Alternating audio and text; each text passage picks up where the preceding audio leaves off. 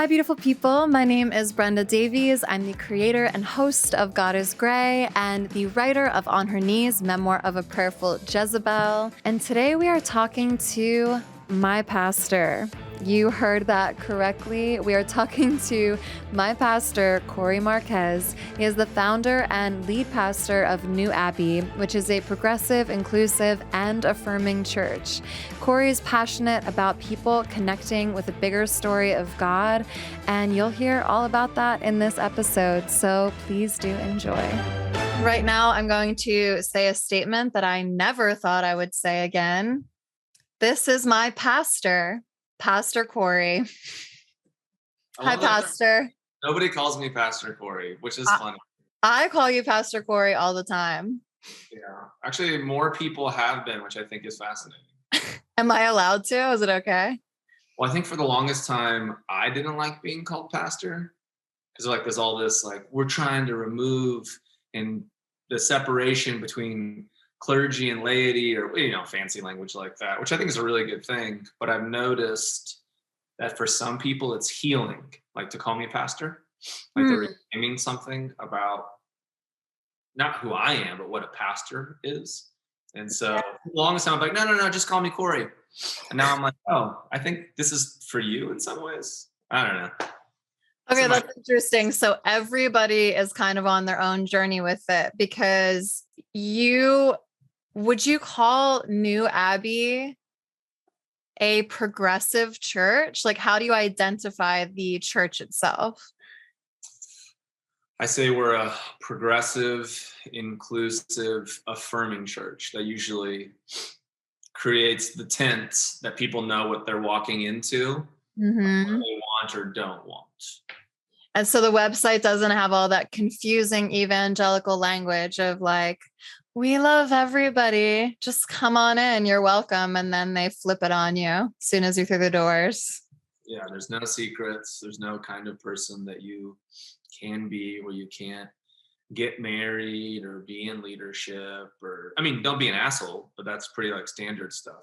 Well, I want to get into that too, because we can get into it in due time, because I think it's interesting to imagine how we differentiate this sort of church with the sort of church that so many of us have come out of and have been so religiously traumatized by. So I would agree that calling you Pastor Cory gives me a sense of pride. It's wow, I made it.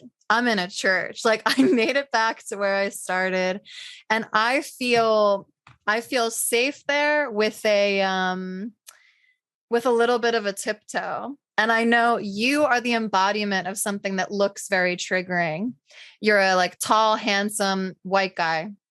It's can we trust this man? We're not sure. And I kind of the pastor there ever was. And I still look like I'm 24. So it's perfect. Yeah. Maybe I actually don't look 24. I just say that because it makes me feel better. But people tell me I look like a baby all the time. No, you do look like a young one. And then your co-pastor, you guys are of equal status, is Pastor Britt. Does anyone call her Pastor Britt except for me? I don't know. I'm going to interview Pastor Britt as well. She is incredible, queer, married to a woman, hilarious. All of your messages are funny, engaging, and it's been really interesting. So my introduction to all of you was that I ended up coming to New Abbey when you were in a CrossFit gym. And it was the very first reading I ever did for my book, On Her Knees. And it was a really beautiful experience. It was full of the gays, full of queer people, full of just people that had joy, a light in their eyes. And I was asking around, I think I was talking to Brittany, who's in church. She does children's ministry too. And I was like, what's the deal? Is this place actually safe? Are these people actually good? What's happening? There's so many gay people here. And I asked maybe 3 or 4 people and just got rave reviews. And I was like, all right, I'm going to give it a try. And I did come a couple times nervous, cautious, but I still think I exercise that caution because Cory, you and I have gotten drinks a couple of times, we're connected. And I've told you openly, like, I told Britt, for example, that worship music still freaks me out. Like, your music pastor, William Matthews, is incredible. And I love him as a person, but a lot of times I will intentionally show up late. I'm not going to lie, because I avoid worship, because there's something about that sensory experience and hearing those lyrics again that make me feel like, wait, I feel like I'm in a safe place, but I'm actually not sure. And I'd also like to clarify the word safe. Like, when I'm saying there's safety in this church, what would that mean to you? What does it mean to you to cultivate a place where people can actually feel like they can take a breath, rest easy, and know that you're going to do your best not to hurt people? Yeah, safe's a huge word. It's probably the starting word in a series of words that I think make New Abbey something special. Obviously, I'm very biased about that, right? Even when you were talking, I will affirm, though. Thank you. Yeah. Even when you asked around and people you said had rave reviews, sometimes I think it's funny. I'm like, when I hear other people talk about us, I'm like, oh man, for sure we sound like a cult. Like, this sounds a little too good. But I think it does come down to safety, because you have a lot of people who have come to New Abbey who have not been safe in other spaces for various reasons. LGBTQ, obviously, it all makes sense as to why they weren't safe based on the rhetoric in conservative churches. Women, people of color, but honestly, just anybody who dealt with evangelical theology, right? Everyone I know had bad views of their body, bad views of who they were. There's something wrong with them. They said that they were evil, they were depraved, all the just horrible psychological framing for what it means to be human. So reclaiming that is a really big deal for me. And safety is a part of that. And sometimes safety is like being clear, like naming those things that we named: progressive, inclusive, affirming. That's part of safety, right? So you're not like guessing or trying to like interpret something on a website. You're pretty clear you're not pretty clear, you're very clear on who we are. If you look at our Instagram or our website, if you were to ask anybody, no questions asked, right? Sometimes safety is also just that you have the freedom to continue to question, doubt, wonder, not know, be angry, be mad. You've already pointed it out, right? I'm a straight white man with a Latino last name, and that's a whole other part of my history of my father whitewashing our history because he wanted to be more white, blah, blah, blah. Mm-hmm. But that's just a commercial break, side note.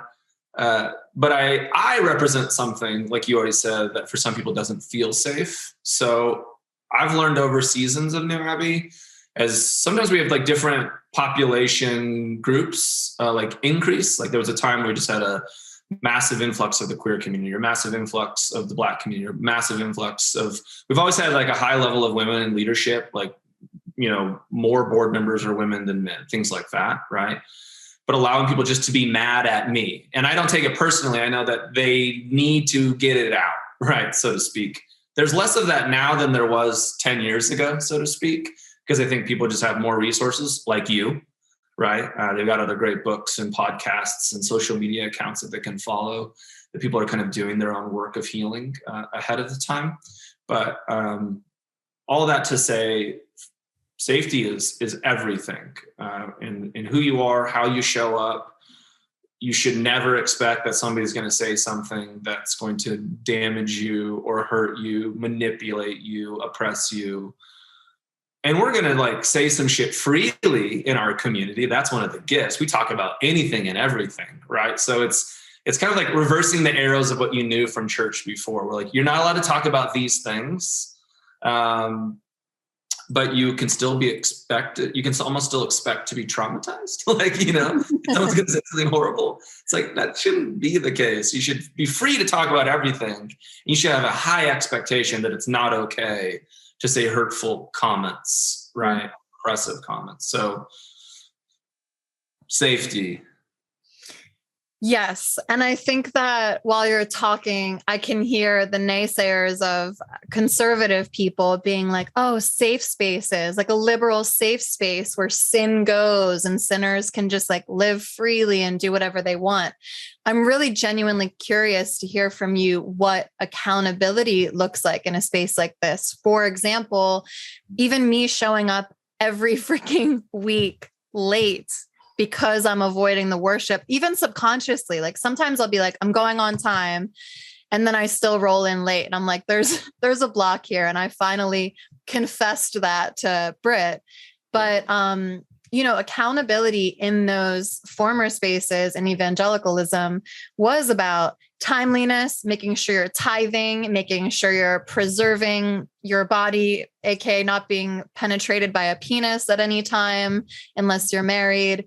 It was a really high focus on like, these are the 25 rules of what it means to be a quote good Christian. And they're all based on these very like tangible, knowable things. Like, are you having sex out of marriage or not? Are you showing up on time or not? Are you tithing or not? So what does accountability look like? And if we talk about safety, can you clarify? We're not talking about babying people and creating a safe space where anything goes. That's a huge argument that I have with people all the time on this channel. People think because I'm questioning or because I live my life in certain ways that not everyone agrees with, that therefore it's just a free for all of whatever you want to do. So all of that said, like, what does accountability look like? What does that say? Like, how is it different than a safe space that just like allows people to do whatever? Yeah, man, this question's loaded in all of the really good ways, because I feel like 17 different things to redefine and reclaim and rename. Mm-hmm. To answering that well. So I'll just start with some of them and we'll kind of roll into things. But for me, I mean, we're a Jesus community. I'm never shy about saying that. That's highly inclusive for me. I don't believe in some Jesus that's sending people to hell, or if you don't, say a certain prayer, you're not making it to heaven one day. I believe that Jesus is a way of life. And I'm still like, want a relationship with Jesus, right? That means something to me. So I often say, like, we want this universal Christ that can hold all things and handle all the complexities, and yet we still want something personal. And if you name it something else, great. I'm not particularly worried about that. I just can't unwire the hardwiring of that within me. That doesn't limit it to something else, right? But I think starting there allows me to speak into things that I think are still useful. I still find scripture useful. I still find Christian tradition useful. Just like I find useful the fact that we live in 2022 and just have access to so much good information now.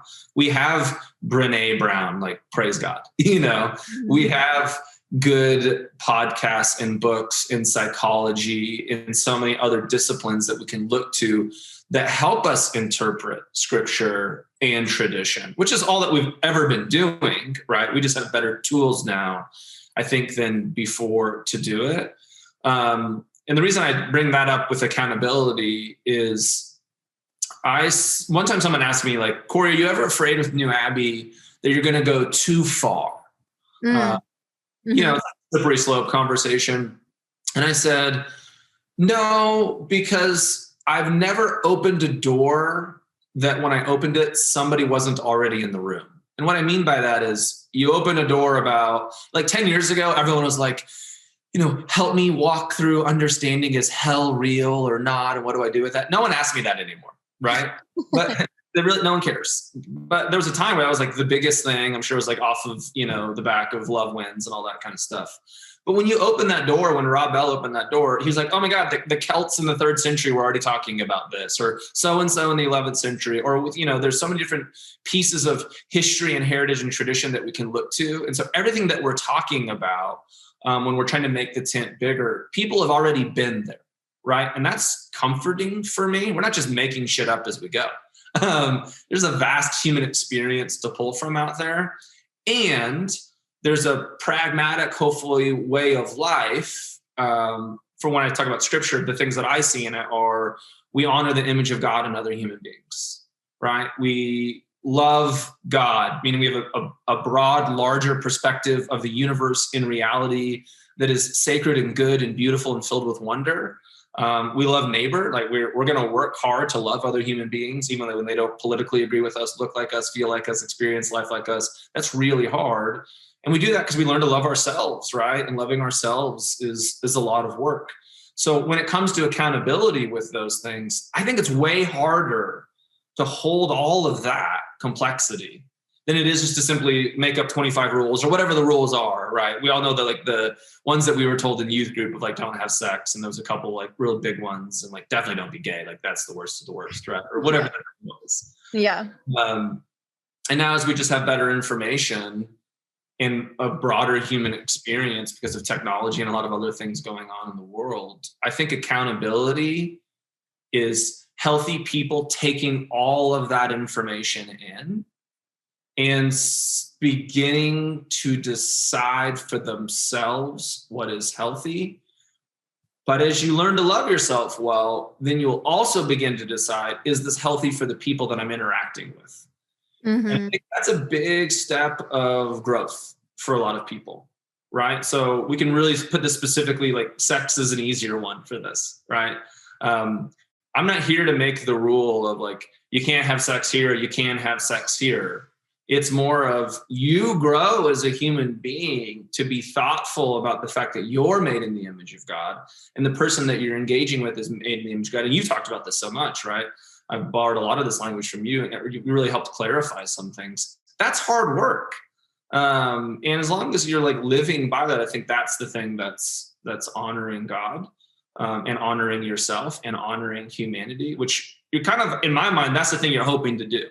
You're hoping to hold those realities together. And one last thing that I'll add around like accountability is I think we just need to redefine words like sin.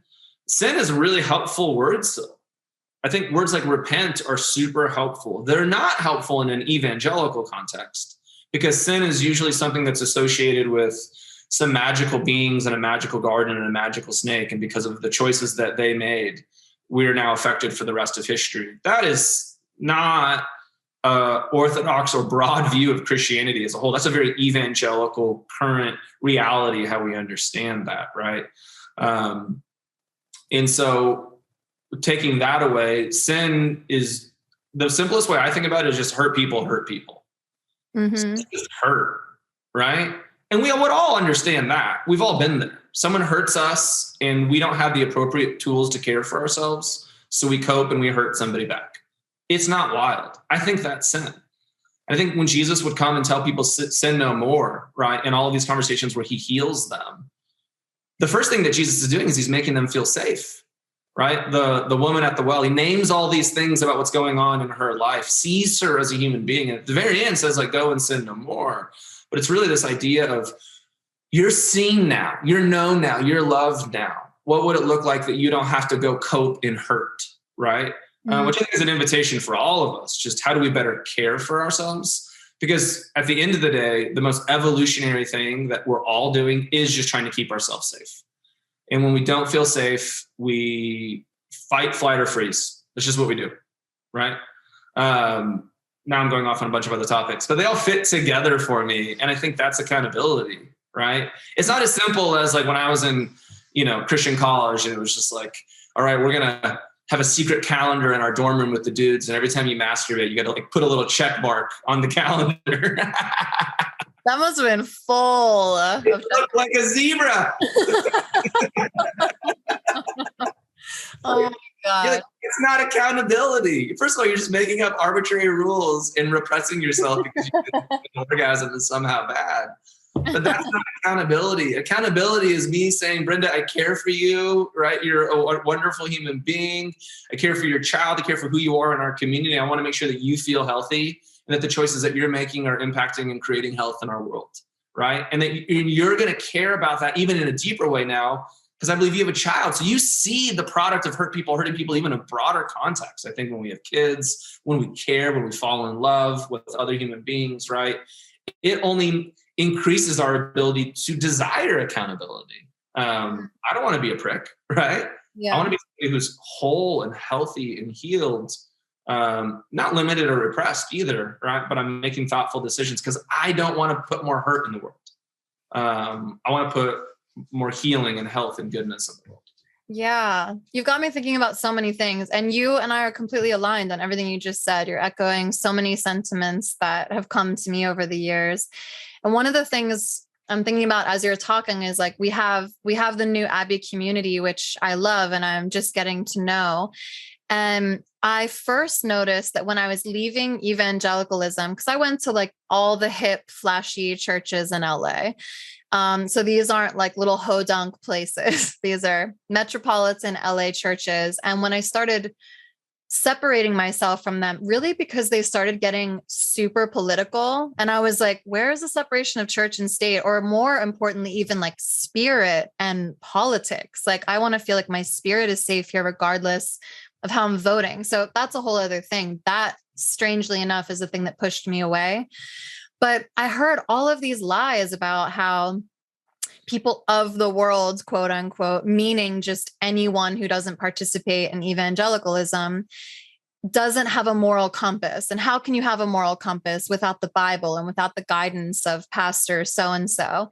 And I found that in my friend group, like my chosen family in LA, that I had so much natural, organic accountability that I needed and that I wanted and that I deserved, that helped me grow exponentially as a person. And it happened so, like I said, organically. Like, you just mess up, you do something that I didn't even know was wrong because I was raised a certain way, or I'm reacting out of some sort of trauma. And having one of those people come up to me and be like, hey, you hurt me, or you hurt so-and-so. Those were my first understandings of like, oh, that's accountability. Accountability isn't, did you sleep with someone last night? It's addressing hurt. And that goes to like what I began properly to me defining sin as anything that causes hurt.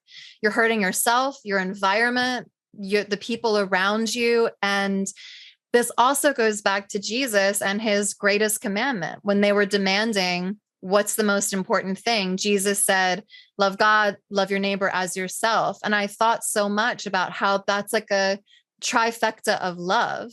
And you're not always going to be killing all three at the same time. Sometimes you might hate yourself or deplore something about you, but you can love God and you can keep on loving people and not hurting them. Or you can have a rough time with people and just be loving God and yourself. And again, like focusing on not causing harm. And the fact that Jesus prioritized the health of all three, your spiritual relationship, your interpersonal relationships, and your relationship with yourself, blows out of the water all the conservative nonsense about like it's antichrist to love yourself or self-care is somehow wrong. Like, we're so good at suffering.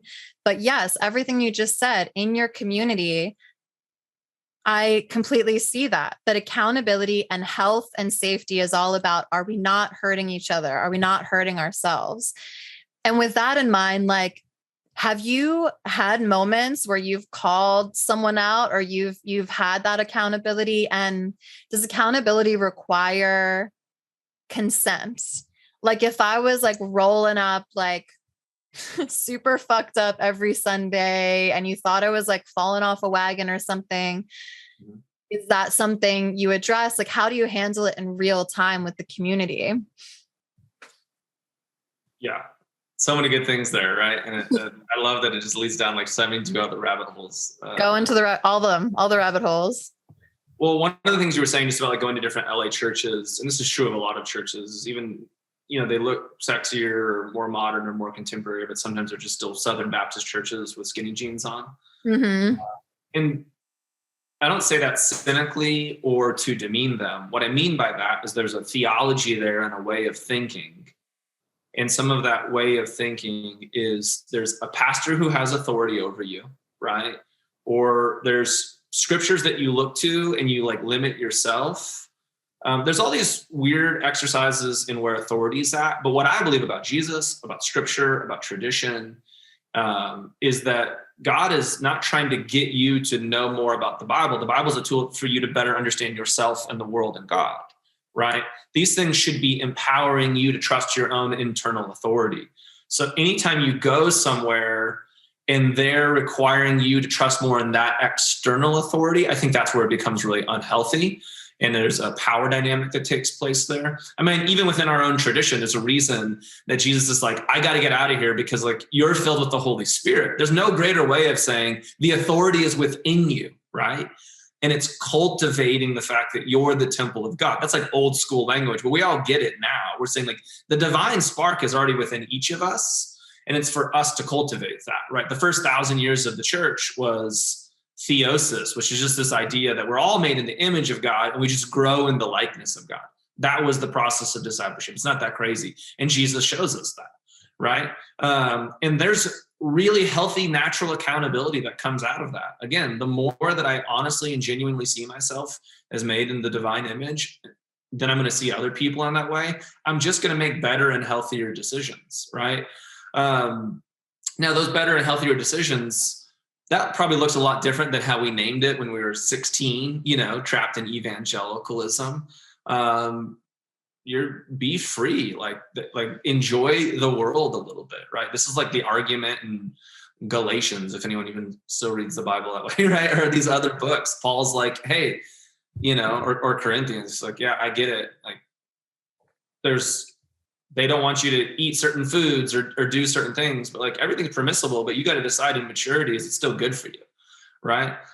So the tent is wide open and you got to go make healthy decisions based on all of the other contextual pieces around you.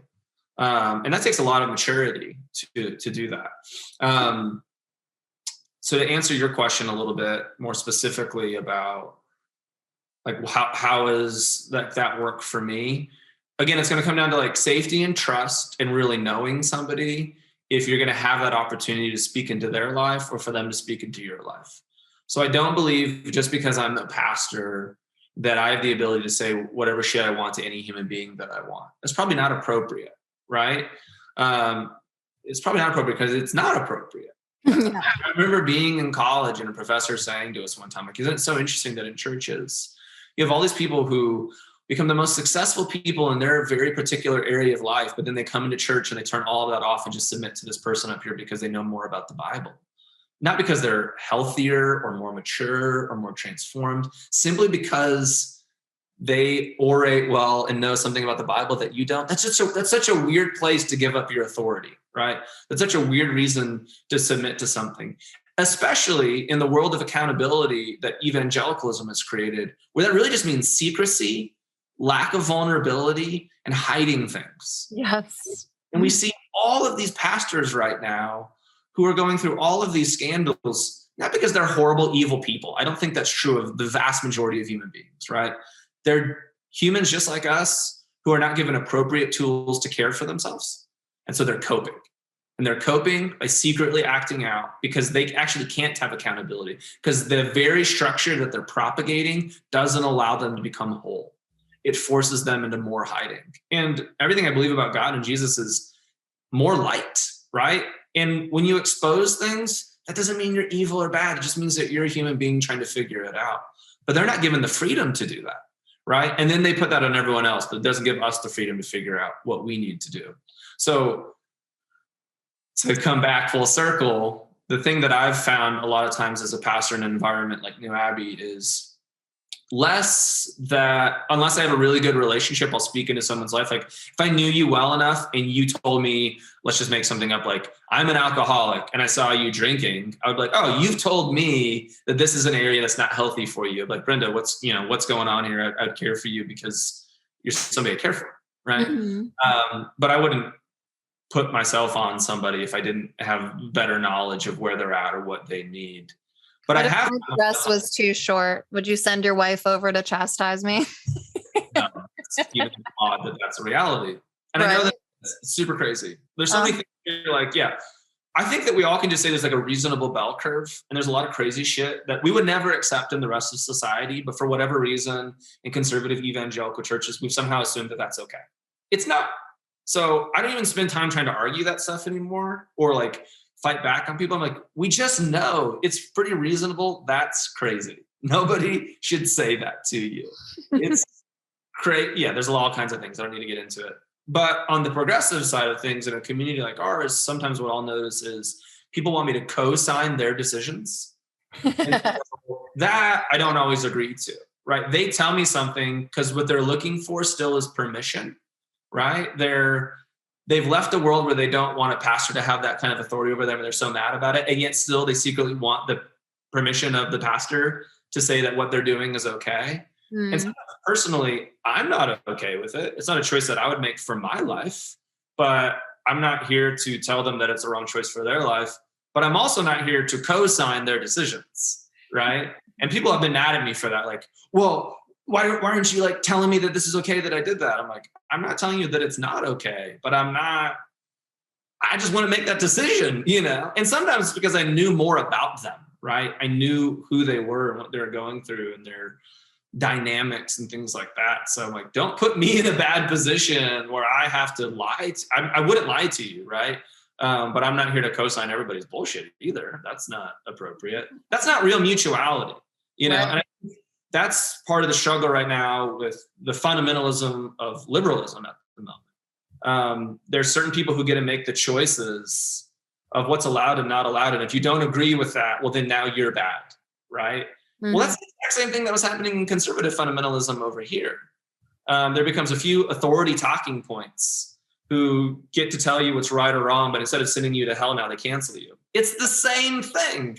And I know you know this. I know a little bit about this, yeah. So I just don't play the game. I don't think it's helpful. And most of the time, not playing the game has actually led to healthier relationships, right? Yeah. There have been a few examples where people were just really angry and didn't, want to participate anymore. That's okay. Yeah. I mean, it sounds more just like a friendship or any loving relationship, any love-based relationship. You're going to have an organic accountability, or you're also going to intuit if someone's ready to hear something or not. Like there are times where I've watched friends walk into a fire, but like you can tell if they're not ready to hear something, and you're just like, well, now my role is to be standing there for them to either get my hand in there to pull them out of it later when they're ready, or to be standing there when they're all charred up and we address it together, versus any kind of authority over their lives. It doesn't work that way in real life. And it's beautiful that you're creating a space in a church that's mirroring the best kind of organic love that we know in the world. Reaching a personal goal of being healthy, mind, body, and soul is no easy feat.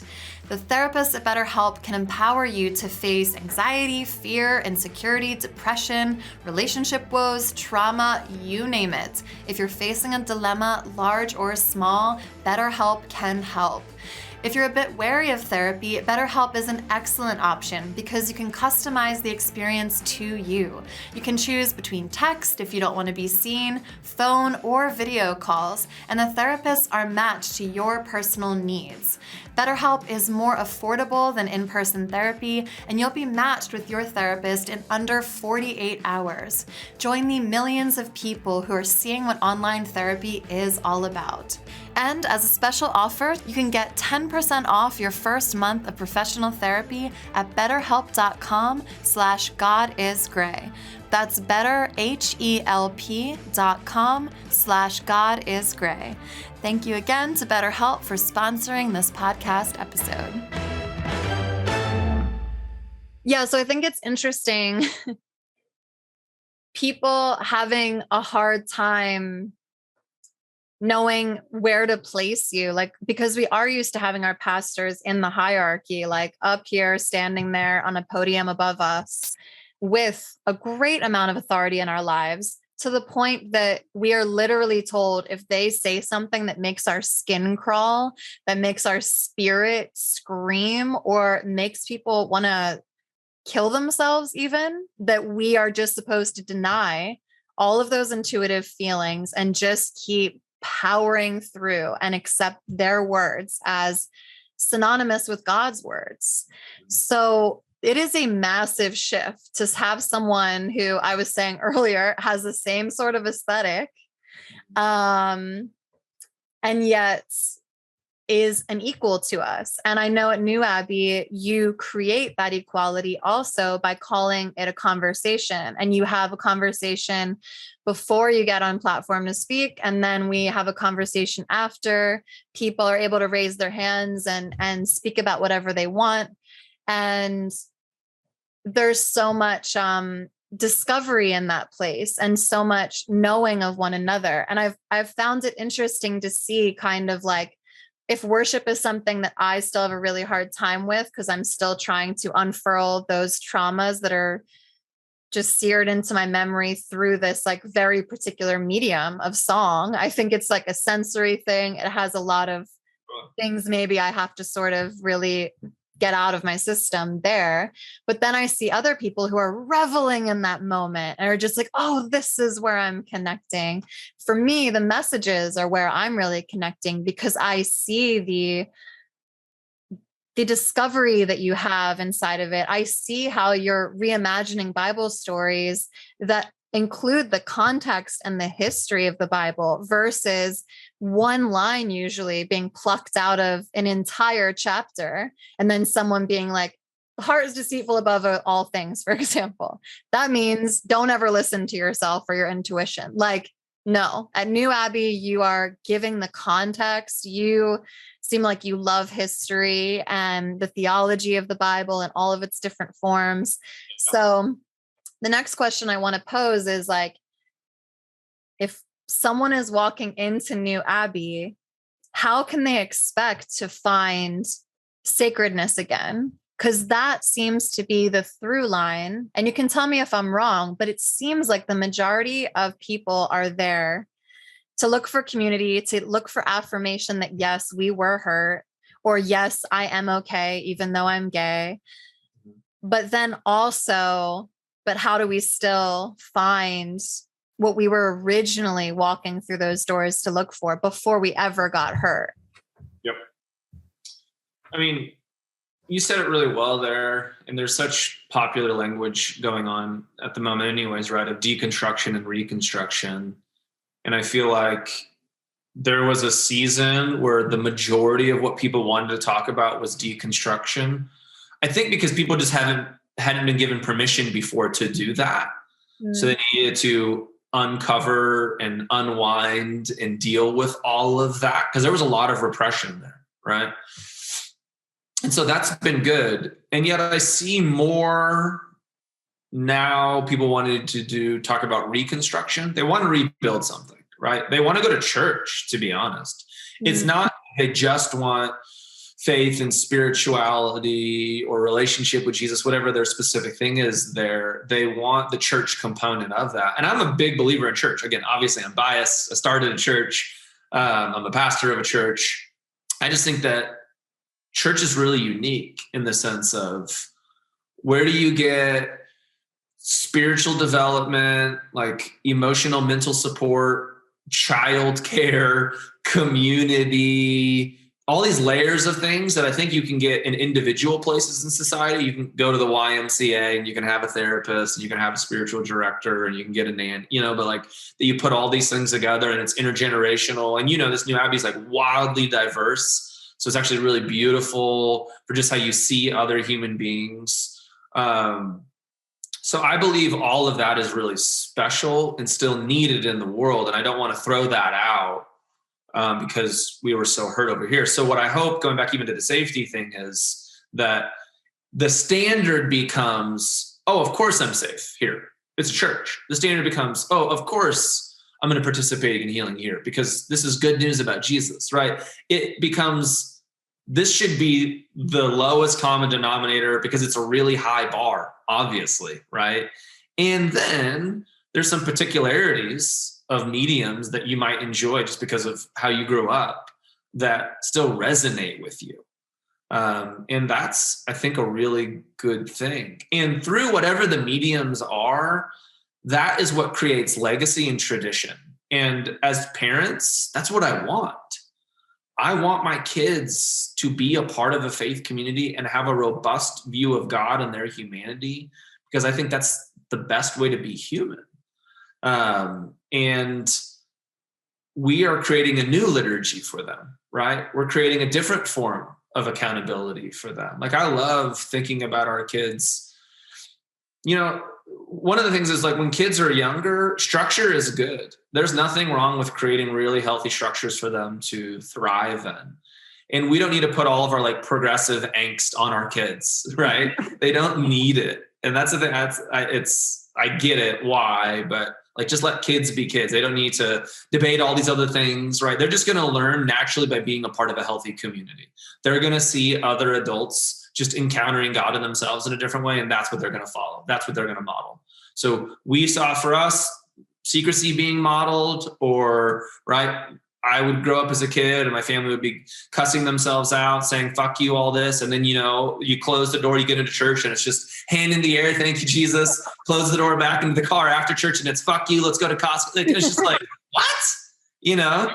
Have you seen those TikToks of like boys like worshiping with their hand up and being like, my mom in church after she just beat my ass in the parking lot?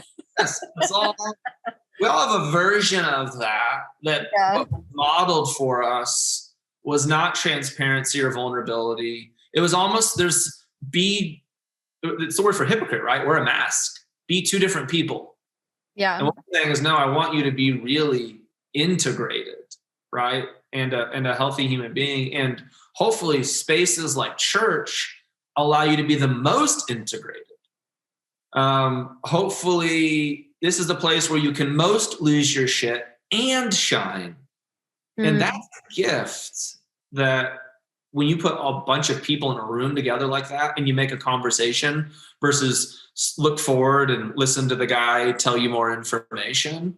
What we're modeling even for our kids and for everyone in the room is, oh, God's speaking through all of us, not just me because I have an MDiv and paid way too much money for a degree that's really worthless in the rest of the world.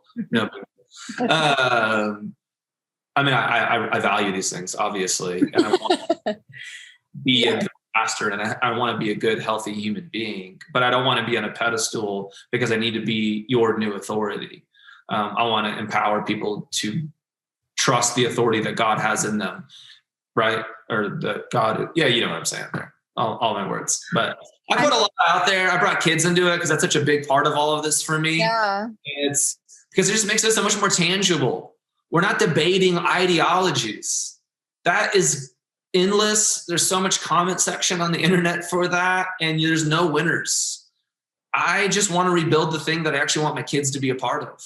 Like, I can't wait for my adolescent children one day to be like, oh my gosh, like they created this really beautiful, healthy, diverse structure for me to understand God and myself.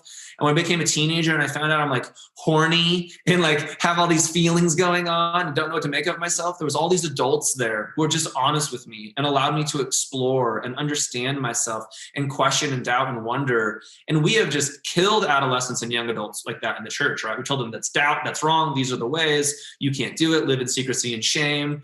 And we've tortured kids instead of like, oh my God, of course you're feeling that way. You got like testosterone or estrogen just like pumping through your veins. And now more than ever, you need healthy, transformed adults who aren't just like throwing all of their angst on you, but have worked through some of their shit so that you can live into a more beautiful and bigger world. Now that's inspiring for me. And what do I want to invest the rest of my life into? Not debating with conservatives about whatever. Yeah. I mean, totally. I've been transparent on this channel that this is a season 2 because I now see the season 1 as my deconstruction journey. And it's still valid to talk about those things sometimes because unfortunately, the pieces of church that are toxic are still alive and at work. And, being very aggressive towards churches like yours. And I think that though everything you said about reconstruction is so resonant and not putting that on our children because they weren't even here to be yelling and fighting about this anyway. So why let them know? Maybe later.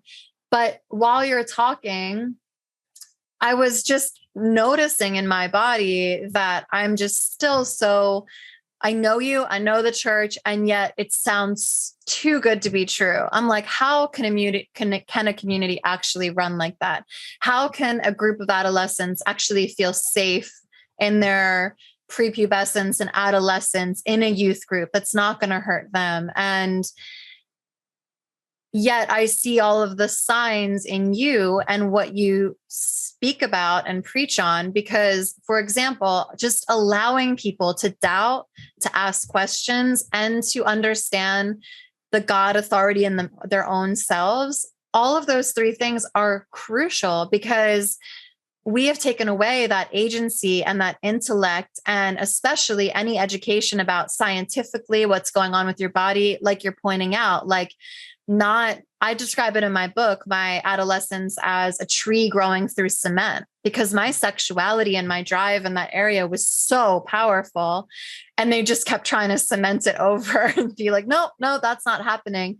Versus, like you're saying, empowering the youth and being like, yeah, I remember. That's how it feels. Like, it's crazy. Let's talk about it. Let's educate you. So the fact that you have that spirit about you, it sounds like there's potential to have a community like that, or that you possibly do. I mean, I hope that you do. I feel like there's always so many new parishioners all the time. It must be like growing and changing. Parishioners. That's so great. That's so good. I love that. What do you call it? Just people. Humans coming on through. Yeah, that's funny. I'm liking all of the old school language for you, because it is healing.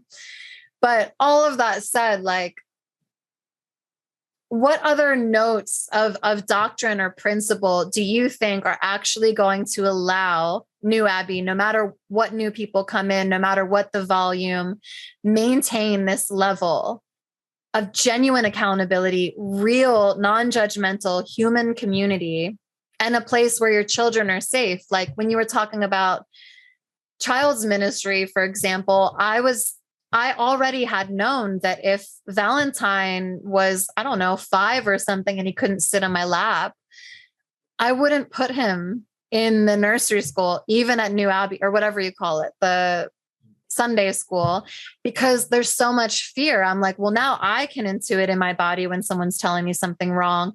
He doesn't have those skills. I'm not going to throw him in there.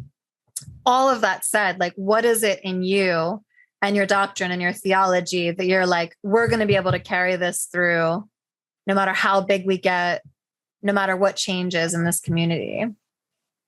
I mean, there's just some like compasses within me that I keep fighting for, right? And that the beautiful thing now is that I'm not the only one fighting for it. Now it's like a community of people that are trying to live and breathe this thing, and not scared to name it. Like, we're not scared to name that we're a church or a Jesus community. I think there was a time that we were like, well, by church, we don't mean that church, and just like everything liberal, you have to like say it and then offer like 17 subtitles. Like, it's so yeah. 100%. Also, it's worth noting that this church was not born a year ago. How long has it been going?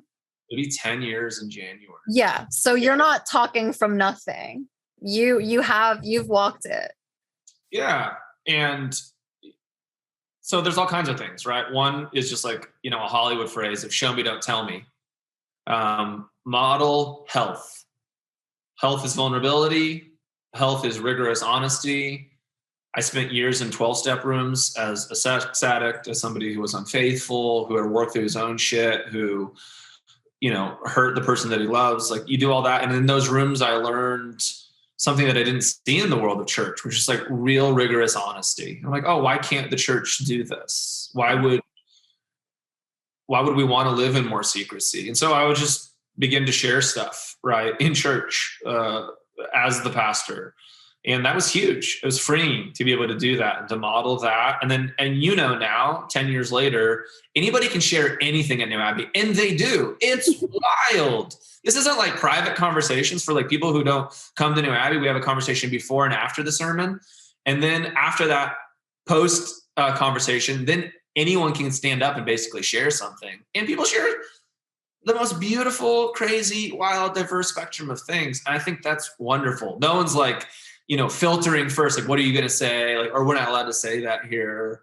There was like the guy going on a gay boat cruise that sounded pretty sexual. Yes. And he knew that was free to share it, and was also free enough that we could like joke about it. Right. Yeah. Like, oh, you're going on a Croatian cruise with 35 other gay men. Are you doing a Bible study there? Like, it's, why should he have to go hide that? He's learning sacredness for his life, right? In his own way. And we get to be a part of that, because the truth is we're going to do all the things we want to do anyways. We're just going to hide it now. And so the sooner that we can just be real about the things that we actually want, whether they're healthy or unhealthy, the better we find, I think, healing and transformation and maturity, because you like put it out in the world. Yeah, the permission you are giving as a pastor, like when you said he's going to go find his sacredness, like I talk in the ends of my book about how I realized how desperately I needed to get back to sexual integrity and embodiment, dancing at Berghain, the sex club in Berlin. And the recognition that sacredness can come approach you in the most divine way and really heal pieces of yourself in the most unexpected places. The permission that you like give other people to say that, and then it gives permission to recognize it in life. Like, I mean, I remember being in evangelical church and feeling like I wasn't even allowed to worship in a forest because that was pagan or something. And now I'm like, you wouldn't even let us take sacredness outside of these four walls that are, by the way, at a shitty strip mall in New Jersey or something. Like, sacredness is everywhere and anywhere that you look for it. And I just love that. I just had to commend you for that. And also the permission to not explore that sacredness with pain, fear, and shame. It's like, you can hate to be using this guy as just such a good example, but like, whether he's looking for love or looking for sexual experiences, whatever, going in with that sacred sort of notion of like, I am this person, I am in Christ consciousness, this is valuable to me. And then searching that space without fear of hell, without the shame of his sexuality, and without just like the pain of past experiences or what might be waiting for him on the other side, because he has a community on the other side, whether he finds true love or whatever. And again, hate to be using this person, but it's just such a good example. It just reminds you of the Berghain sex dungeon club, where it was like, I'm here without pain, fear, and shame because I gave myself permission by separating from church. But what a beautiful world in which we actually have a spiritual community holding us while we're going into these experiences, and how much healthier those experiences will be without the baggage of those toxic vampiric sort of feelings all over us. Yeah, well, I think, historically the church has been scared that you find spiritual experiences or sacredness outside those walls, probably because there's a control there. There's a worry about authority, all these other things that we've already talked about. And for me, it's kind of the opposite now of, I don't assume that the only place you're going to connect with God is at New Abbey. That's weird to think that, I hope that we help you remember well sacredness and goodness and who God is and who you are. That's what any faith community should be doing. It's just remembering and reminding. It's why we tell the stories of Exodus again, or the Gospels, right? We're remembering together this tradition that we're a part of and that we're creating in our own time, right? And in our own way. And that's exactly, I think, the hope of scriptures and God and tradition. So I think New Abbey is doing that for people. It's giving people permission to find God in a lot of God-forsaken places, so to speak, because I think that's actually where it happens, right? I think that's the story of the Bible. God constantly shows up in God-forsaken places. That's like the entire story of Jesus. God shows up all the places that God's not supposed to show up. Yes.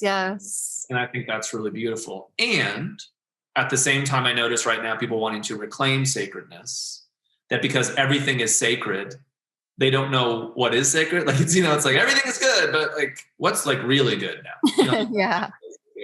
Or I've given myself freedom for everything. But I've heard, people have conversations of, and sex is always the easy one of like, I gave myself freedom to do all these things. But to be honest, someone said this to me the other day, I want to put some things back on the mantle. I don't want to sleep around like that. I want to be known. I want to connect. someone who went through a divorce was telling me a story of like, sometimes I wonder, did I make the right choice? Of, I didn't like love that person or care for that person anymore. And they're kind of like mean to me, but I just miss coming home. Oh. And it was so powerful to hear them say that, right? That there was still something in there. It was like, there was a sacredness that they felt like they left. And my hope for anybody is that you get both, of course, right? You have intimacy and you're known and you have home, and it's somebody that you're in love with and you care about, and you're building a future together. And I think that's the world that we're coming back to. It's not, hey, here's a limited view of this. And then it's not just like, man, do whatever you want, whenever you want it. Cause that's also like not real.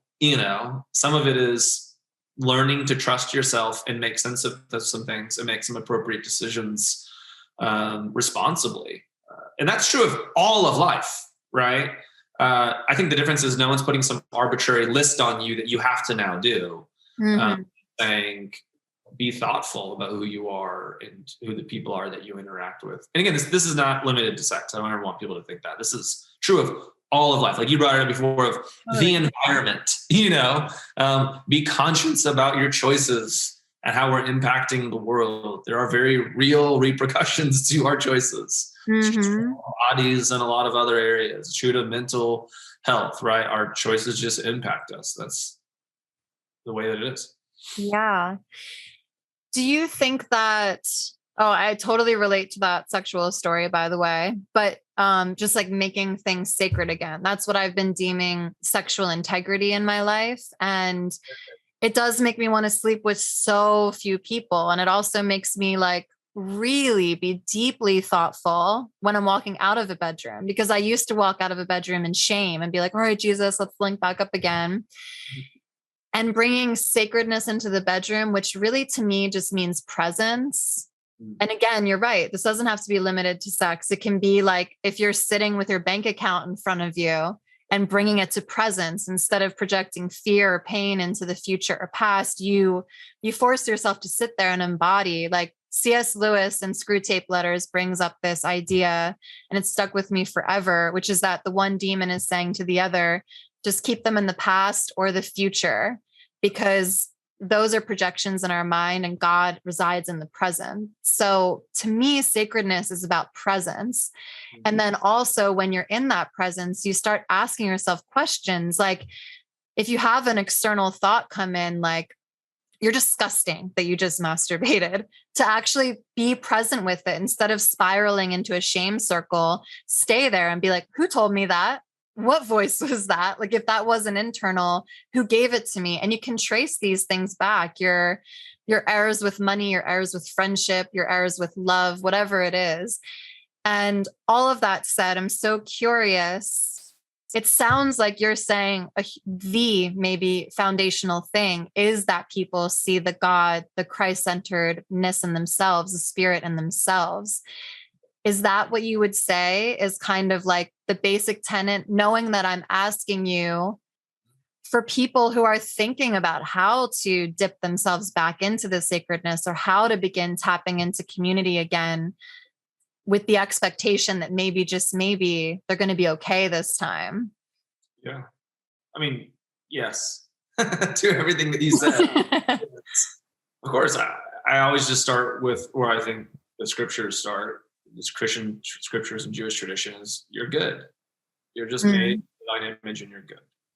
That's the story. And the stories from there on out are not stories of like a fall and all of humanity screwed. They're just stories of us as human beings learning to grow up. That's it. It's not that much crazier, right? The salvation story in the Hebrew Bible in Exodus. That's what I'm preaching on this Sunday. So I'm giving you like a half sermon right now. But I'm going to miss it. So keep going. I'm in my dad's office, by the way, in Jersey, for anyone wondering. Right. God saves us so that God can teach us to save ourselves. That's like the story of Exodus. And save is not like because we're horrible. Save is, there are moments that we are repressed or oppressed, or there's things that are bigger than us that we don't know how to deal with. Maybe that's an addiction. That's like such a, like we use phrases like you hit rock bottom and the first 2 steps and 12 steps are just admitting to yourself that you need a higher power in some ways. I need something beyond myself. Great. But you don't stop there. And that's like the fatalism of evangelicalism sometimes, is that Jesus is like this magic that we sprinkle over ourselves and nothing will go wrong. That's not the story. Mm. Jesus is there to save and liberate us where we can't do things for ourselves. That sounds beautiful. I need that. I want something beyond myself. Let me say it this way. I love this idea of holy being other, and other just meaning that this otherness, this divine God, Christ consciousness, whatever you want to call it, Jesus, fully sees me when I can't fully see myself. What a good God. And I know that as a parent, when my kid has a tantrum, I'm not like, you're an evil demon, depraved. I'm like, oh my God, you just need a nap, Yeah. hungry, or maybe you just need a hug. Man, imagine a God who has the capacity to hold that and so much more for every human being. It just sees the truest, best version of who we are. That's what I want people to be reminded of. Richard Rohr says it best. Jesus didn't come so that God would change God's mind about you. Jesus came so that you would change your mind about God. There's just this better version of God that has always been there. We just were given really bad narratives about it. And that's what I want people to know. Because I believe when you connect with that thing, your just human experience is going to be so much more beautiful and spacious and present and sacred, and all these words that we're talking about. And that, for me, is like worth giving my life to. I want to see other people hold that and know that, because I think it makes the world better. Amen. I couldn't agree more. Everything's so beautifully put. And it's just reminding me that, like, when you're young, you're so present, from having children, like, they are not projecting into the future past. They're just here. And there was so much magic in that. Even when I first moved to LA and all of this world hadn't exploded or hurt me yet, or I wasn't perceiving it yet, everything just like flowed and was adventurous and fun and free spirited. And I was figuring things out. And deconstruction for me was really like a loss of that. It was the mourning process to me. All 9 steps of the mourning process were things that I look and resonate and felt, each one of them regarding my Christianity, because spirituality has always been so important to me. I have so many friends in LA of all different faiths, and they're always like, why the fuck are you Christian? Or some of them will be like, so this like persona you created, I guess, like, because you need to talk about Christianity, so you have to tell them you're a Christian. And I'm like, no, I actually, crazy enough, I am a Christian. Because there always had been, I always felt that like intuitive, adventurous, like joy-filled ride with spirituality before it really got hijacked by any toxic theology. I felt it. And now reconstructing and being a part of New Abbey has just been making me feel that adventurous spirit all over again. So I want to genuinely, from the bottom of my heart, express so much gratitude for you, Cory, because I just recognized you the moment I met you. I see you. And there has been nothing more beautiful than to just sit and listen to you and know that I am held and loved by you in the community, just for showing up and wanting to give back to it, or just wanting to show up and be there. And I've never, ever found a space like this, ever. I found a space that I thought was like this, and it broke me to the bottom of my heart. And now that my heart's restored, I feel like it's being truly held in this place. So just thank you so much for creating it. And thank you for intuiting the right thing to do 10 mother effing years ago. Like, if I knew that you'd started this 2 years ago, I'd be like, yeah, that makes sense. Like, he rode the wave, not even cynically speaking, but it's like, yeah, a pastor realized the error of his ways and now he's progressive. No, you intuited this long before it was trendy or recognizable or nameable in any sort of way. And you've been creating a space for the queer community, for people of all colors, shapes, sizes, all of it. And all of it is represented in that church. all of it I've seen, and it's gorgeous. So Beautiful. I love you and thank you. Oh, stop it. Take it. I'm horrible at receiving, but I'll take that. Now you can compliment me. Just kidding. That's a list of amazing things. And I really hope that anyone that listened to this conversation too, like any pastors who are thinking about it, or anyone who like thinks they're meant to be a pastor, like you can start from scratch, and there are models out there of a church that doesn't hurt. And Cory, you're a person that's built that and displayed it for 10 years. So can people hit you up if they have questions about starting their own church? Yeah, That sounds overwhelming. Email info@newabbey.org, newabbey.org, and it will get to me. I always want to help people start new communities because I think that they're crucial for just human thriving. So if, like, sometimes when I hear you say that, and I agree with you, again, from a biased standpoint, I love our community. I think it's so beautiful. I think really special things are happening there. But I don't want it to be the only thing. And I know it's not the only thing. There's all kinds of beautiful things popping up around the world, right? I think it started with like podcasts and books, and like social media really created this space. And like we started before all that, which was wild, right? So I remember when we started, people were like, what the hell is this?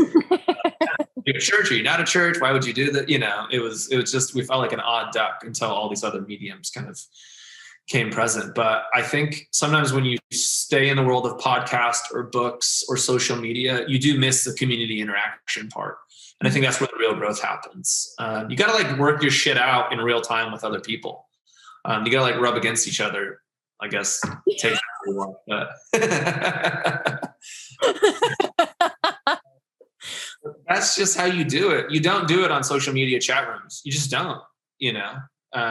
It's going to be limiting, and it's not like intergenerational and all these other really important factors, but I'm going to get into another 45 minutes. So where can everybody find you and New Abbey? You can find us on Instagram, New Abbey Church. If you want to see pictures of my kids 2 to 3 times a year, probably on their birthdays when I'm going to post, you can follow me. I'm a huge influencer, really what I'm going for. I know. I'm actually very intimidated right now. Yeah. You mean if you follow me or like me, it might increase your following by 10 of people. So that's kind of now you're sounding like Paula White. Instead of money, though, you're trying to get followers. Yeah. No, that's everything I'm after. That's another subject, man. Every influencer I know is tired right now. Oh God. I mean, yeah, don't get me started. I mean, yeah, get me started. That'll be a whole other podcast. Yeah. I love that conversation. I'm like, it's not for me. No, it's a little nightmare, but we're all getting through it. I love it. Yeah. And it does give us access to each other. And you do, everything is on a polarity of negative and positive. So like the internet can be a disaster in its highest form, but it can also then create spaces and create pathways so you can even find spaces in real life that exist like this. So, any closing thoughts? Very closing thought. Oh, any closing thoughts? I feel like emotional with the closing thought of, if you're a human being who wants to connect with God and faith and spirituality, there's so much hope out there. There's so much opportunity, and enjoy the ride, enjoy the journey. Know that there's safe places for you. And I hope that you create safe places. Like I just really believe it's going to make the world a better place. And so I'm grateful even for this podcast that you're making these spaces, that you're putting more conversations out in the world. But I think it's Brene Brown who said, your healing is dependent upon my healing, and my healing upon yours, and our healing, the healing of the world. So let's go do that work together. Dang, beautiful. Thank you, Pastor Cory. Oh, thanks, Brenda. Thank you. Well, no, what laity, Brenda? What do you want me to call you? Or partitioner? What do you say? Yeah, a partitioner. That's something different. Yeah. Lady sounds pretty. Yeah. Yeah. Thank you for seeing me.